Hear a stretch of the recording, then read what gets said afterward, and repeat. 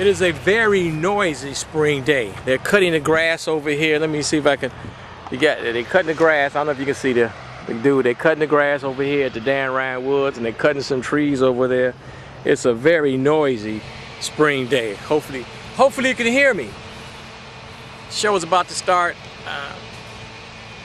I should be out here with like these people over here. They're walking and whatnot. Like I said, I did pretty good. I gained 10 pounds. I lost the 10 pounds, but I got another 30 pounds to lose. I'm just totally overweight, and it's tough, man. Losing weight is tough. I need to work on myself, but we also have to work on the community.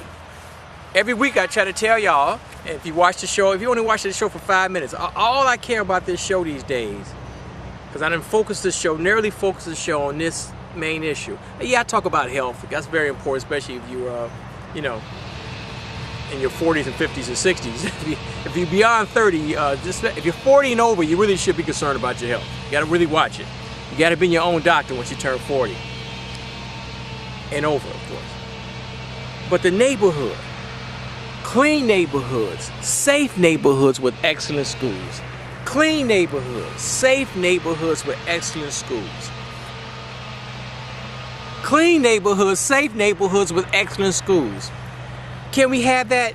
I'm taping this for a show in July, and hopefully this summer the murders will go down and the crime will go down. You really should. Those of you who are on the internet, that's watching this on the internet, you need to go to the Chicago Police Department and see the crimes in your community. I think I live in the 22nd district, and they map off the 22nd district. So on the black side of 22nd district, and there's a white side not too far from here, from the Dan Ryan Woods. The white side of 22nd district, they have less crime.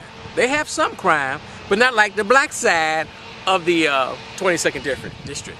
The African American side where I live, we have crime. And what is it? It's teenage boys.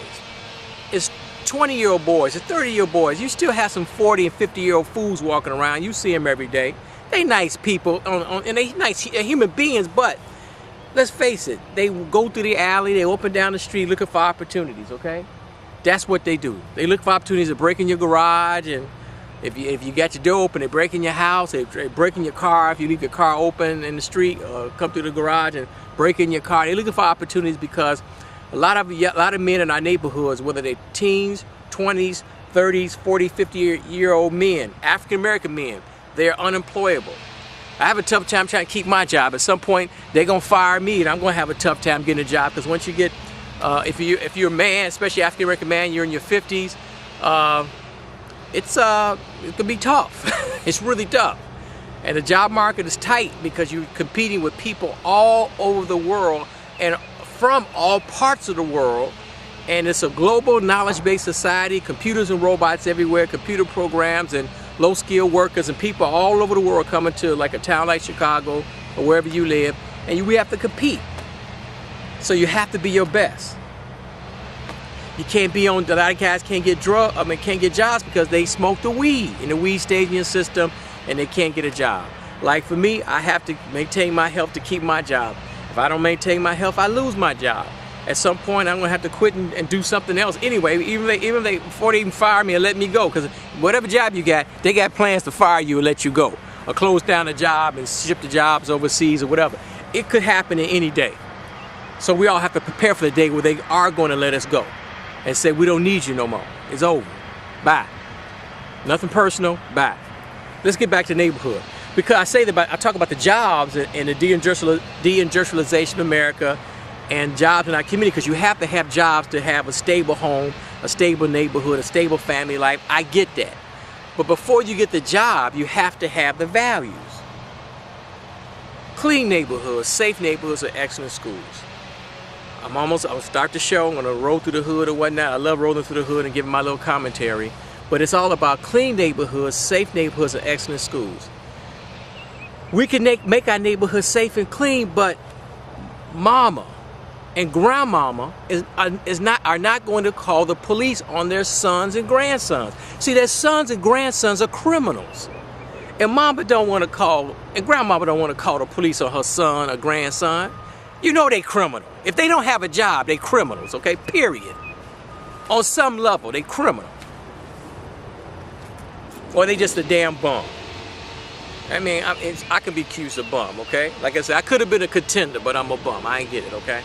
I could have been somebody. I had a chance. But mama and grandmama not gonna call the police on their grandson and their son. The auntie and the uncle are not gonna call the police on their niece and nephew or the nephew, because that's my nephew. I don't wanna call the police on my nephew. I know he out here selling drugs. I know he doing something nefarious. I know my nephew is a criminal. I know my niece is a criminal. But you're not gonna call the police, and here we are. But somebody got to call the police. Somebody's got to call the police. Because some people are out of order, and you gotta have order, and that's where the police come in. So call the police. You see people up and down the neighborhood looking goofy, call the police. Come on, call the police. If you want to go to CAPS, go to the CAPS meeting. That's cool if you want to do that. But call the police so we can have more police in the neighborhood. And people get mad. Some of our young men need to be locked up. They don't know how to act. They're out of order. They're unemployable. They need to move out of Chicago and make Chicago safe. Sounds mean. It's like I said, the criminals are protected by the families. Mama, grandmama, daddy, auntie, uncle are protecting these young men who are criminals. But they're gonna go to jail anyway at some point. It don't make no sense. Clean neighborhoods, safe neighborhoods are excellent schools. And I leave you with this, and I may say it on the back end of the show. Mama, grandmama, make sure your boys, your teenage boys, your little boys have structured activities. They cannot hang out with their friends. They gotta have structured activities. They just can't hang out. Where your boy at? Or he with his friend, they hanging out. Oh no, you can't hang out. You gotta have, you're into sports. You're into computer writing code. You're into doing computer stuff. If you're laying beats on a computer program, fine. But it's gotta be structured activity, karate, something wholesome. Not just hanging out. Where you going? I'm going to see what's his face. I'm going to go over here. To do what? If it's not structured, you're going to get into criminal activity. You're going to go to jail. It's so basic, people. Oh, come on. Come on. All right, let's start the show.